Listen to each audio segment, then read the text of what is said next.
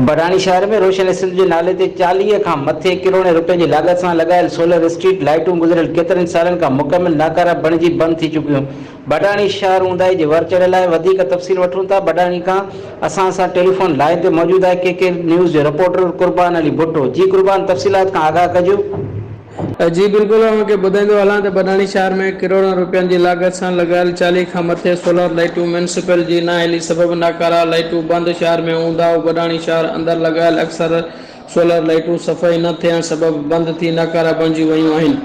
उन सिलसिले में शहरनि खां वरितल मालूमात मूजिबि शहर जे मेन बाज़ार में लॻल ॿिन्ही पासनि खां रोशन सिंध जे नाले 40 खां मथे सोलर स्ट्रीट लाइट लॻायूं वयूं हुयूं।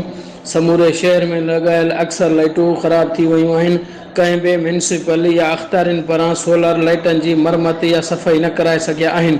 क़ीमती लॻायल लाइटनि जी हिफ़ाज़त जोगा इंतज़ाम न हुजण करे शहर ओंधाई में मुब्तला।